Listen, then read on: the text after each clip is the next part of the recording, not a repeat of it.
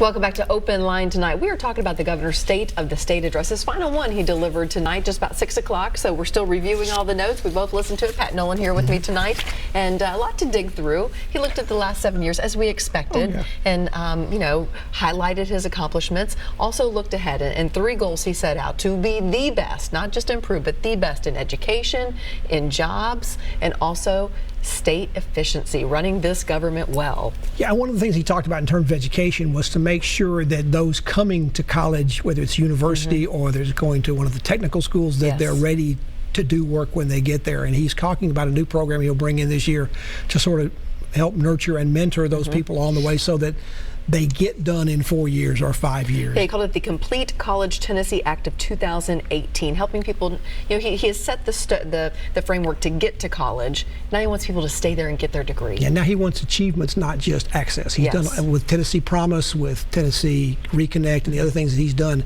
He's made it possible for anybody who wants to go to be there and go, although there are still some questions out there about transportation and other kind of access issues that go beyond just, will somebody pay my tuition? Exactly. But he has definitely left a legacy in that regard, and I think this year with that program, he's trying to put the finishing touches on that moving forward. And do you think education is a big part of his legacy? Well, I think it will be. I definitely do think that. It'll be interesting to see how big a part of his legacy will be the bill he passed last year that both increased the gas tax, reduced other taxes, but allowed local counties in this area, say particularly Nashville, to have referendums to move forward on mass transit. Now, we'll know May 1st whether that makes a big deal in Nashville or does not become that way, because it looks like that is going to be on the ballot, and we'll see whether the public likes the plan or they don't. And right now, that's you have sides dividing up both ways about that. It looks like they're going to spend a lot of money on it, but I think that could play some role in his legacy as well. But he'll talk a lot about how he's made government more efficient, and he'll also talk about the jobs. I mean, we've had the lowest unemployment rate in Tennessee in our history. It's down to about 3% right now. It's gone up just a tad, a couple of percentage points, but it was the lowest ever recorded. And he thinks the jobs that have been added have been good jobs, and there's been a lot of them. And I think he's challenging the state. One message tonight was, don't stop. No matter what happens. Build on this momentum. Let's build on it, because if we continue to build on it, we can not only compete with every other state in the nation, we can be #1 across the country in this nation. Now, that's something you rarely hear. Usually Tennessee is in those ranks is always one of those things they're saying, well, thank God for Mississippi, or thank God for God for some other state that borders us that isn't doing as well. That's not the mindset now, at least not from his point of view. Now, again, a lot will happen is what will the next legislature think about that, what will be their makeup, and what will the next governor think about that. Circling back to education, part of his speech made me think of the education forum that we held just about a week or 2 ago in conjunction with the Tennessean and Belmont and SCORE, and you were there to give your analysis. And he said, after he touted his numbers and he brought up specific areas we have grown and where we're doing well in education, he said, and if anyone says that we did not do this, they need to basically go back and look at the facts. It made me think of some of the folks there saying, teachers need more. What I took from that forum the other night was that people said, yes, there's been progress, but we need to be more. Well, of course, if you're running for the office, you have to say that. I mean, you're not going to say, well, we've reached nirvana and everything's great. But I don't know if anybody was quite as harsh as the governor talked about. I'll have to go back and think about that. Nothing stood out in my mind to say that. I don't think he aimed that necessarily at anybody. Maybe it was a warning. Maybe. Don't go there. But it would be hard to argue with some of the numbers he's put out, although I'm sure there are areas of education that people are not happy about, and we'll hear about that through these gubernatorial campaigns. Most certainly. Okay, we have our first caller on the line. Jan, thank you for being with us tonight. What are your thoughts? Well, my thoughts? Yeah, go ahead with your question or your thoughts on the speech tonight. My thoughts are, I'm sick of people like Trump coming in and running the country down. Why do you think he is? I know I'm kind of stepping maybe. Oh, he's an idiot. That's why he's uneducated. He may have a degree, but that doesn't mean anything. All right. That's a piece of paper. I know people with several PhDs that can't get out of a wet paper bag. Well, all right. Are we talking about the president here? We've got our leader running our country down. What do you think the other countries are going to think? Jan, let me ask you about Tennessee. We're kind of talking about Tennessee really more tine after the governor's address. Everybody always said you should be on the Chamber of Commerce. I was born here. Here almost 80 years. I think we need a better Board of Education. I remember when they weren't paid, they were volunteer. It was much better than it is now that they get paid. Metro is not good.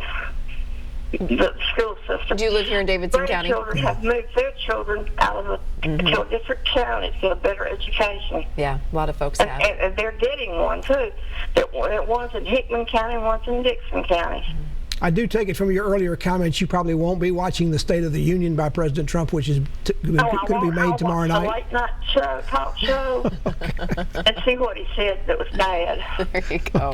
Jan, thank you for calling in. I just can't take him anymore. Well, we got 3 more years, so. Take him. You what? I said we have 3 more years at this point. I think he's going to get kicked out. I hope he does. Well, we shall When see. he got elected, he wouldn't stay. He's too money hungry. He's for himself. Nobody else but himself. Well, Jan, thank you for calling in. We do appreciate your 2 cents tonight. That's what this show is about. It is Open Line. You can go ahead and give us a call. 615-737-PLUS is the number to call. We really are talking about Tennessee politics, but you can't talk about politics without wading into other things. The State of the Union is tomorrow night. Yeah, we have one of those rare times that I can remember where the State of the State is one night and the State of the Union is the next night. So you give it an opportunity to see the difference. One thing I noticed was coming in and going out, the governor was not nearly stopped as many times by lawmakers the way President Trump will be tomorrow and asking for autographs and things like that. I don't think that's a reflection either way, but it's just interesting about how things are done differently up there. Yeah, and this will be the president's first State of the Union. And the State of the Union are usually known to be pretty long speeches. I'm wondering what the record is for the shortest and whether he'll challenge that tomorrow night, because he's not known to give long policy speeches. No. And this is more of a policy speech and a listing of all the things that you've done. Now, I'm sure he'll spend some time listing all the things he's done in his first year. That's what any president would do, and he will do that as well. But usually if he makes a long speech, it's because he's at a rally and he's kind of riffing off the crowd. And there won't be as much of that. In fact, he'll probably be a little thrown off by the fact, and this may have happened last year when he made his speech, part of the Congress will stand up and applaud. There's all the Republicans. Right. The Democrats will sit there stone silent and do nothing. And I don't know if there'll be a reverse of that, but there won't be too many times tomorrow night he'll give an applause line and both sides will get up. Not at all. That's the nature of gridlock in Washington. And we're told at this point he'll be talking about immigration and also infrastructure quite a bit. Yeah, I'll be interested to see what he outlines on that. As you know, Mayor Berry happened to be in Washington last week, met with the president about infrastructure. She needs $2 billion for the transit plan we were just talking about, and I'm sure she was doing whatever she could to meet people in the Trump administration to get as high up on that list as they could. It's not clear how much federal money or new federal money will be involved in that, whether it will be cutting other programs in order to do that, whether it will be local and whether it be public-private partnerships or whether it will be local and state monies. I'm sure that she and probably others were hoping it'd be more federal money because they don't know if they have a lot more the local funds to do that. But interesting to see how he outlines that and what he wants to do. Infrastructure covers a lot of different things. It certainly does. It certainly does. All right, let's jump to Deborah on the line. Deborah, thank you for being with us. Deborah, are you with us? Yes. Hi there. Go ahead. What are your thoughts tonight? I think President Trump's done a wonderful job.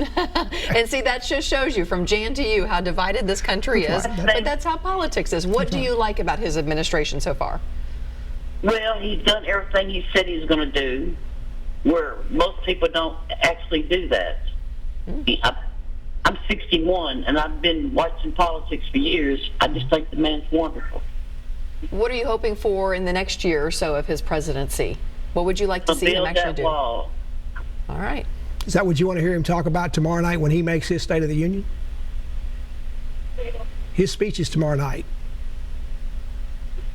We may have lost Deborah there, but Deborah, thank you for calling in. And again, besides infrastructure, probably talking a lot about immigration. He has delivered a plan, and the two sides are supposed to be working it out right now. With the deal coming soon. It appears to be one of those situations where the broader you make that bill, if it's on DACA, they seem to have maybe enough support on both sides of the aisle to get something through. Maybe, depending on what the other details are, but the broader it gets out, particularly starts getting into changing current legal immigration programs, it starts to get more and more wobbly. And there's a deadline for DACA in March. Now, the president has sort of said he might move that deadline. So it's pretty fluid and flexible up there now. Well, I should say more fluid than flexible, but we'll see how it works out. But yeah, I think that is the hottest issue, and it's the one that seems to sort of be the linchpin of anything getting done up there on this issue, or nothing getting done. And let's not forget, we have the spending bill that's coming back up February 8th. It just got passed for a temporary measure. This time, got passed. Well, Congress didn't kick the can very far down the road at all this time. In fact, it could bounce back and hit them before they get all the way down to February the 8th. And yeah, that's coming up very soon. Yeah, so they have a lot on their plate right now. I'm surprised they didn't put it on Groundhog's Day. They can just keep going back just and forth. keep going back. It would feel like we just keep reliving this moment. We're just kind of doing that. make a decision. Yeah. That's true. Yeah. That's right. We had Jim Cooper in the studio not too long ago who did not have kind words. Of course, he sits on the Democratic side of things and just said, we're just not getting it done. Well, he's sort of been an equal opportunity scolder on that. He has scolded the Democrats when they were in office and had these similar kind of problems. I had him on my show last week, and so he talked about some of those same things. In fact, I said, well, you already passed one time a law that's still not in effect that basically cut their pay and wouldn't pay them for that stuff. He said, yeah, and I said, well, what about having some graduated fines every time they don't make it, and make the fines really mean something, where it would be meaningful to people who, in most cases, have jobs in Washington that they don't need to live off that salary. Yeah, no, exactly. He thought it was a good idea, but the chances of that happening, pretty small. I would say. Okay, let's jump back to the line. Richard is here with us tonight. Hi, Richard. Good evening, everyone. Good evening. And listening to that speech, I thought that would have done a much better job if he presented that at Zany's. I'm glad he's not Pinocchio, or his nose would be 3 blocks long. All right, what did you think he was lying about? And we're talking about Governor Haslam tonight, obviously. Well, what did you... The taxation. These greedy corporate puppets would sell their own greedy mothers for a few campaign contributions. Double-digit tax increase, the last one, was a thin excuse for education, while the money actually went to law enforcement. Very little of it went actually to education. What specific tax increase are you talking about? It was a double digit. Almost every time, it seems like almost every year they're having a double digit tax increase, and they're ready for another. The property taxes are gone. The same with, and then Diane Black, along with William Lambert, are running with the governor. These more greedy corporate puppets there.